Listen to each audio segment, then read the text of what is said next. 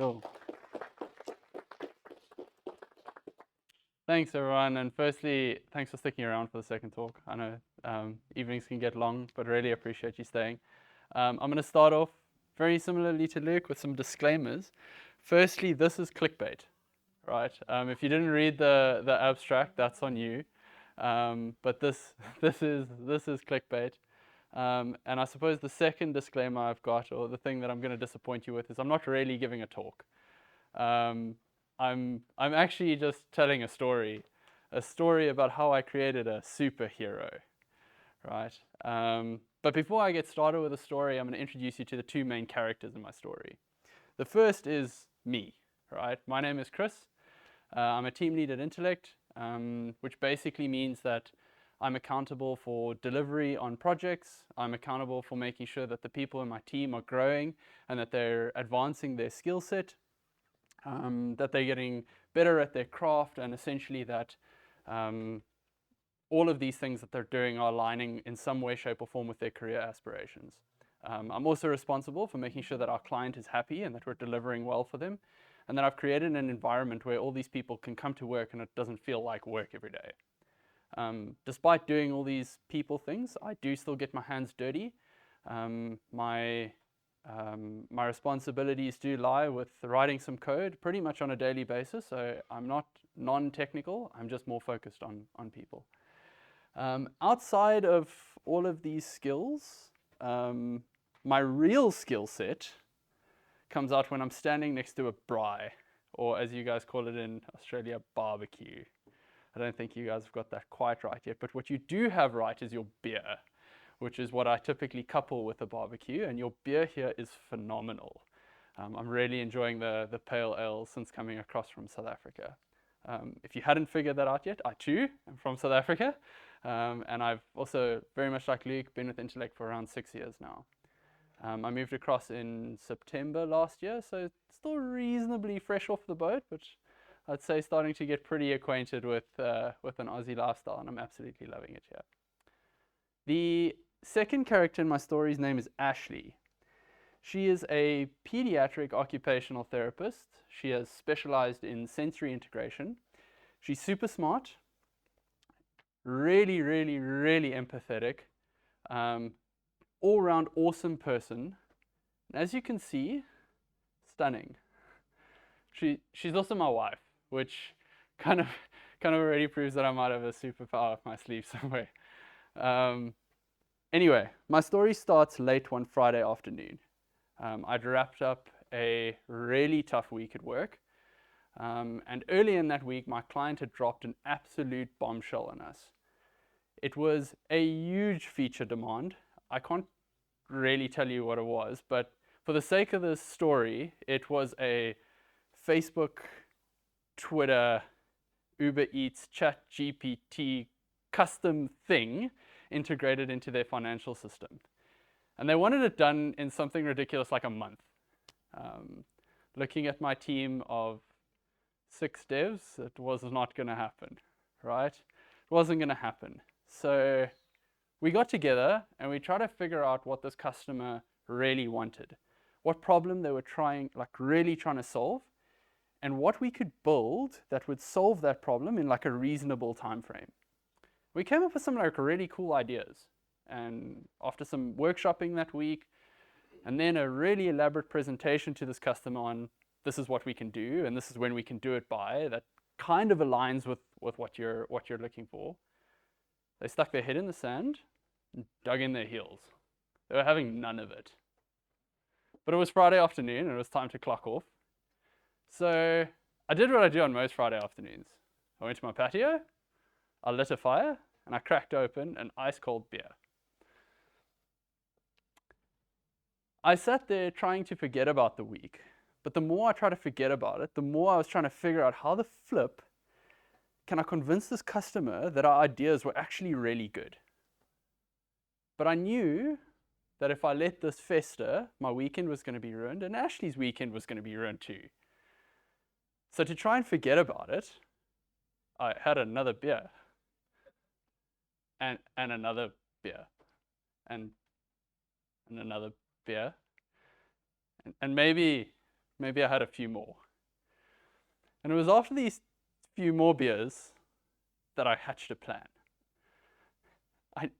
I figured it out. I knew what I was going to do.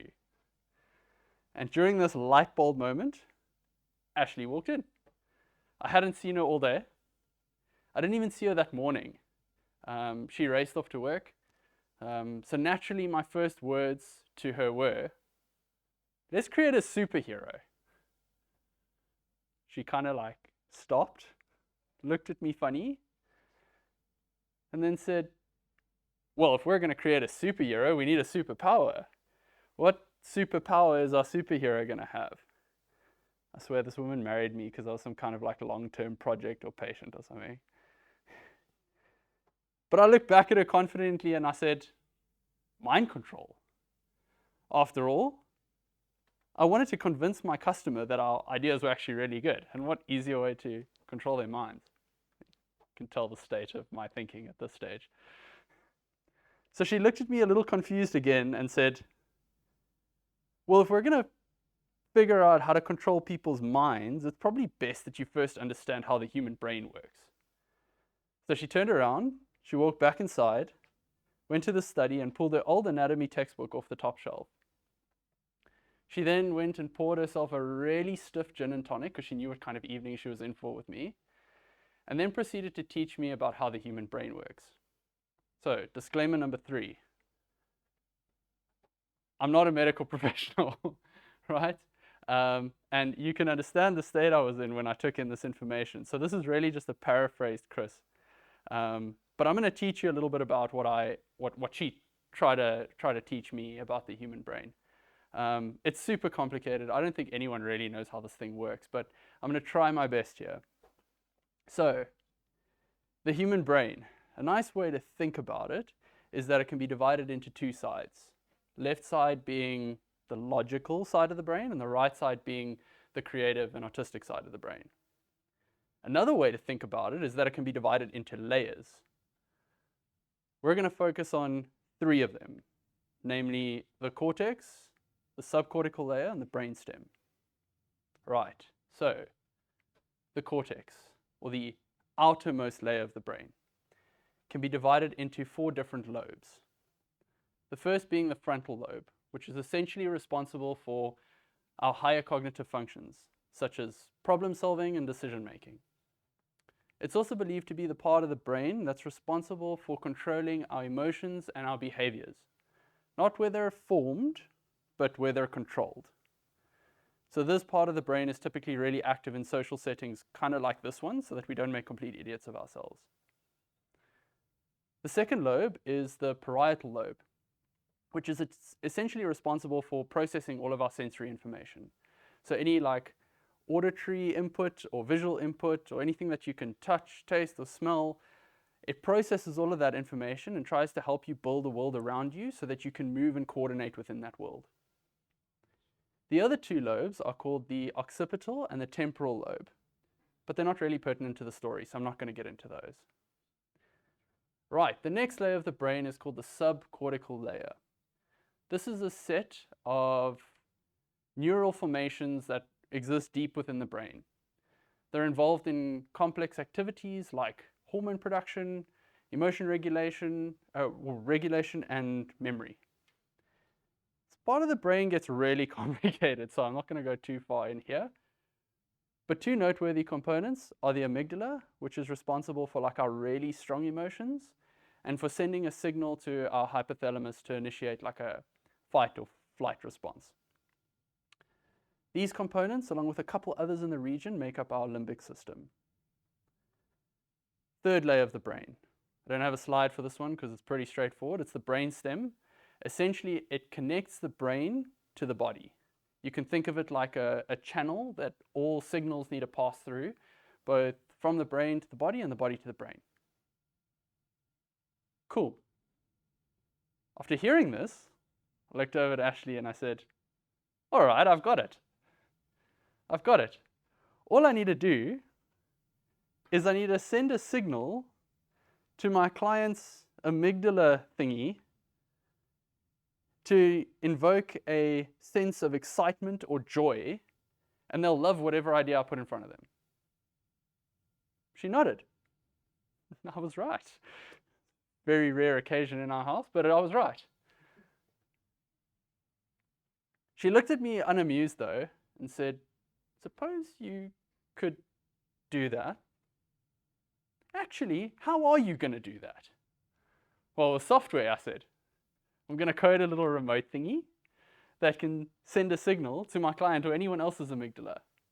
And I'll have my superhero with his mind control superpower. I was feeling super confident at this point, a couple beers in. She looked at me again and said, suppose you could programmatically send a signal of emotion to someone. How are you going to enable your client or anyone else to receive that signal? You don't have access to their brain or their amygdala. Sorry, I skipped the slide. This was me feeling excited. She was right though. I didn't have access to someone's amygdala. I didn't have access to their brain. So I tried to contrive something. If only there was a way that I could send a signal and be able to have it received on someone else, in someone else's brain. I would need a receiver. I would need to find a way to convince my client and 100 million other people at least to voluntarily implant a microchip in their brain. Kidding, of course. But I was stumped, right? I was stumped at this point. My plan came crashing down. And I realized I had a really tough conversation to have on Monday. I sank back in my chair, I dropped my shoulders, and I watched my fire dying out next to me. And worst of all, I'd run out of beer. So we began to close the textbook. But just as we were closing the textbook, we saw something. A theory about a tiny set of neurons believed to be located somewhere between the frontal lobe of the brain and the parietal lobe of the brain that just seemed a little different. You see, this set of neurons seems to form like a bridge between the nervous system in the brain and the activation of the motor part of the brain when we perceive something about someone else's behavior that allows us to almost reenact it. They call them mirror neurons. When we dive into these and we try and study them, it gets pretty interesting, particularly when we look at them in other people.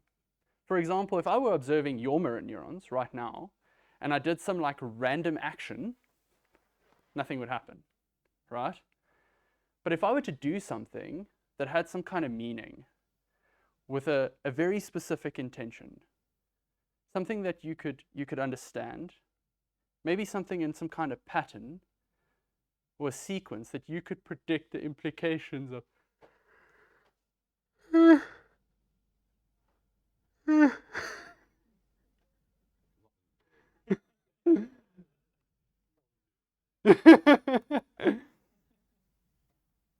The ability, though, to understand what I'm trying to do influences the firing patterns of those neurons. And it allows you to create a map in your mind of my intention in your head. What happens is if I project a bodily state of some kind, and those neurons look to that map in your mind and they find something, they send off a signal to your limbic system, which then travels down through your brainstem and into your body. Your bodily state often will change. And if it does, it sends a signal back up through your brain, through your brainstem, through your limbic system, and then to your frontal lobe, which, remember, controls how you feel. If I yawn, perhaps you feel tired. And if you didn't, I bet you've heard that yawning is contagious, or you've yawned before when someone else has. We're hardwired to perceive the mind of another human being. It's part of our biological makeup. So I tried it, right? Not the yawning thing, but I went in on Monday, right? I went in on Monday and I had that hard discussion with my client. But instead of going there with solutions to present to them, because that already hadn't worked, I went in there with the awareness of understanding how my client was feeling when they were communicating to me. And I noticed that their hands were out here. The tone was really high, the volume was really high, and the choice of words was, well, colorful. And I stood there and I noticed that my hands got pretty clammy. My heart rate started raising. I genuinely felt pretty scared. Not because of what they were saying. We've all had difficult clients, but because of how they were saying it. So after a little while, I stopped my client and I told them how I was feeling. I told them I was really worried and uncomfortable with what they'd put forward. I told them I was nervous about the deadlines and that I honestly believed that they were unrealistic. And that I was just generally uncomfortable with the whole situation. I didn't need to tell my client that I was stressed. They knew it. They could see it. But what I did say was something I typically wouldn't have. And I looked my client in the eye and I said, and I think you feel the same. Kind of disarmed them. They sat back in their chair. And their hands went from here to here. Volume dropped. The choice of words were definitely a lot easier to hear. But essentially what happened there is my client leveled with me. And they told me exactly where the pressure was really coming from. They told me that they knew what they'd put forward was unrealistic and unfair. But they were under pressure, so they were putting us under pressure. You know what I really did in that moment? I just cared. I cared for my client. Not in the sense of trying to come up with a solution and bring it forward to them so that I could make their lives easier. Our conversation got there. But first I cared about how they were feeling. Right? And I could do that because I paid attention to how I was feeling. I let them almost project how they were feeling onto me, and I became aware of what my body was doing. I used the hard wiring in my brain and the maps that I've been creating in my mind my whole life without even realizing it. I used my superpower. I've been to a bunch of different talks and seminars, and I've read a load of books on how to be a better leader. Imposter syndrome, right here. All of them really come down to the fundamental principle of whether or not you are exercising a certain level of empathy towards the people that you're working with. Right? I've had a bunch of different mentors, both internal and external to Entelect, career-related and not. And the difference between the good ones and the not so good ones come down to whether or not they have this trait. Do they care for the people around them? Do they really care? And it works. Right? Every single conversation that you go through and you put yourself in the shoes of the person that you're talking to or you're dealing with changes fundamentally. The outcome becomes significantly more positive, or the likelihood at the least will lead that way. It can be hard to do though, right? It's very difficult to do when your client is throwing a ridiculous deadline at you with a massive piece of work again. Or your mate has dropped you for a round of golf for like the 6th time in a row. Or your colleagues haven't noticed the awesome work you've been doing for the last 6 months in your performance review. We feel almost like the moment something negative is thrown at us, we have to attack. That's our natural instinct. I'm challenging you to become aware that maybe there's a better way. Right? Maybe if we use this hard wiring in our brain that actually exists, right? Like it's part of our biological makeup. if we use that instead of defaulting to attack mode, we're more likely to achieve a positive outcome. I'm asking you to stop going into conversations with the idea that I'm listening to respond or to drop a clever comment into a conversation of a problem where you probably don't even have the full context. I'm asking you to be aware of the maps that you've been creating in your mind. I'm asking you to use your superpower.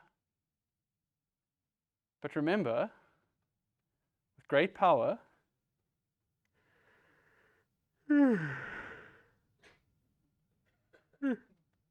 got to get one. Did I?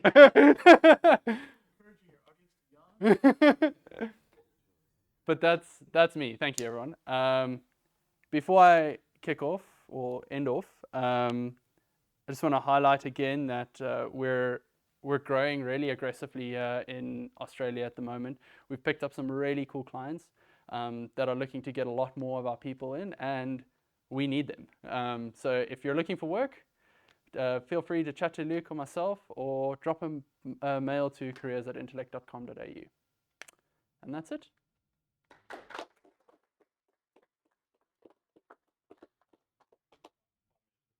Cool. If anyone has. You will probably notice something too, that mirroring also happens with accents. Yeah, absolutely. So people will start talking more than you sometimes because they feel embarrassed to do that. But it's natural. Yeah. Same thing happens with accents. Yeah. I've noticed myself saying yeah a lot since and mate But and it's not just the vocabulary. yeah. Yeah. No, absolutely. Anyone else? What happened with the clients? Were you able to influence the situation in the end? Yeah. We managed to get to. So I got with that client, and we kind of came up with a strategy of how we were together going to present to their boss, or where the pressure was really coming from. And I think they felt a lot less exposed when they had us and our team kind of going, we've worked really hard at this. This is what we've put together. This is the problem we think that you need to solve. Can you correct us if we're wrong? And then, we were able to implement our solution. They still weren't super chuffed on the time frames we proposed, but when is business ever happy with the time frame that you're going to propose, right? So, but it was a kind of like a team up thing and help them help themselves. Yeah. How often do you feel that approach of being emotive and compassionate maybe closes off opportunities to be more strategic in your interactions with clients?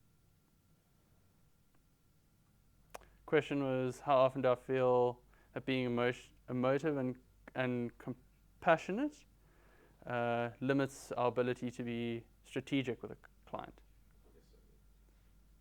I can't say I've ever had that experience. I'm sure there are scenarios, but I can't say I've ever had that experience myself. Or at least I've never felt that way. Typically, what will happen, I think I see where you're going. Typically what will happen is we'll come forward and we'll be very transparent about a situation, and then potentially lose out on work because of it.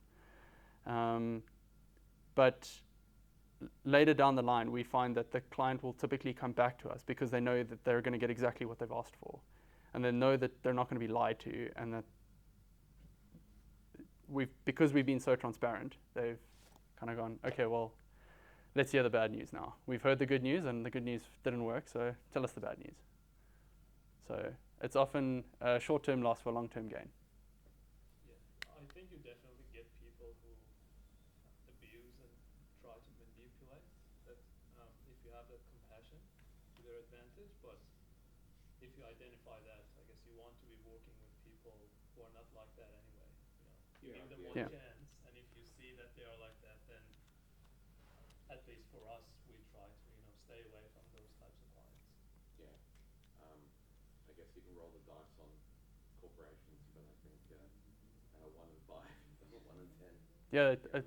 it's tough to find good employees, but it's also tough to find good clients. 100% correct. I'm just going to go to the back there first, Shane. Yeah, was that interaction with client online or in face-to-face? And like, have you had that? Do you have both experiences to compare how well it still stacks up when you're giving the people online? Yeah, so that was an in-person interaction, which obviously made it a lot easier, right?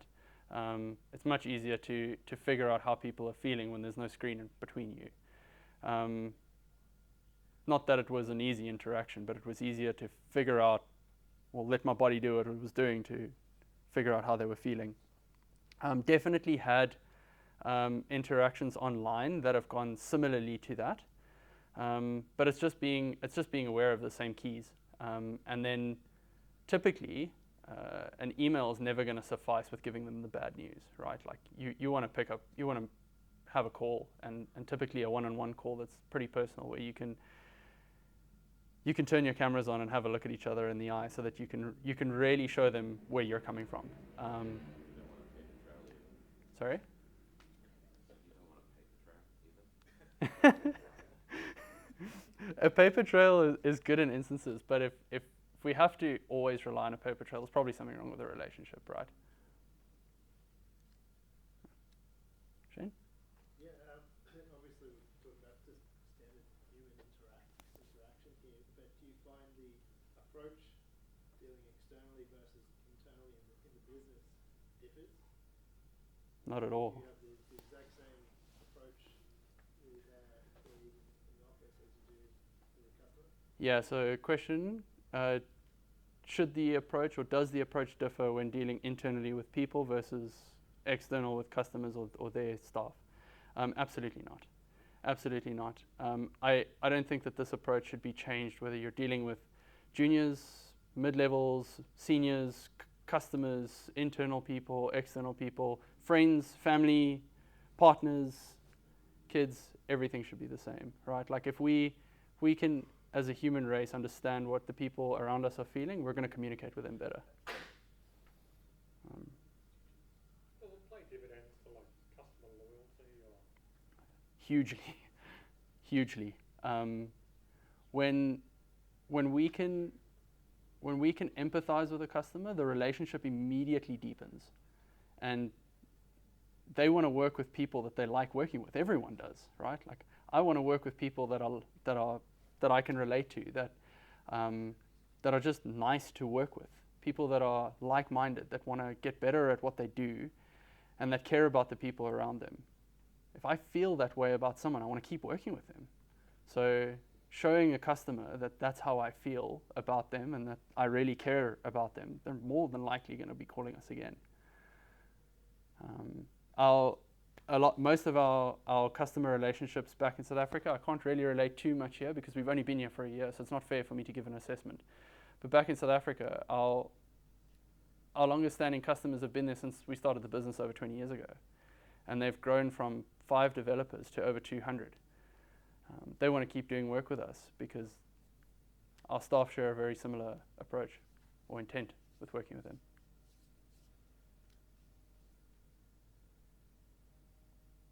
Cool. We'll take this as the last one. Go for it. If anyone has a question, but I think it's more of a comment, but it reminds me of something I read in an alert communications book about like acknowledging where the other person's dilemma. And like the example they gave was you're a parent on an airplane and your kid lost a teddy bear or whatever and they're upset. Look, kid, or daughter, darling, I know you've lost your teddy bear and it's really upsetting. I'm sorry I can't get it for you right now, but I promise when we land, we'll grab out of it, check in luggage, and then you're acknowledging that, and then so the kid can then, the story implies that hopefully they can then calm down and acknowledge that at least they've been heard. Yeah. And you can't do anything about it right now, but if you're just saying, you don't have it, sorry, we can't do anything about it, then they don't really feel heard. Yeah. I mean, how many conversations have you all been in where there's kind of like a group conversation going and someone says exactly the same thing that's been said already, just in a different way, and it hasn't changed anything. Their point's valid, but it doesn't change anything. And it's primarily because people just want to be heard. Like every single one of us want our opinions heard in some way, shape, or form. So that's just kind of highlighting what you're saying. Like everyone just wants to be acknowledged. Cool. Thanks, everyone. Appreciate it.